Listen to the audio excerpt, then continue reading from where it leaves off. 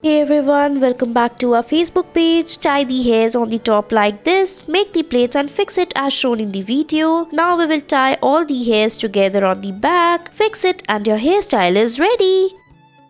Next, tie the hairs into small section using the beautiful rubber bands like this, make the plaits on it. Now join all the hairs together at the end and your hairstyle is ready. Next, spray the hairs and then comb it properly like this. Tie small section of the hairs on the sides, divide the hairs into two parts and then join them by making the plaits as shown in the video. Follow the same step for the other side as well and your hairstyle will be ready.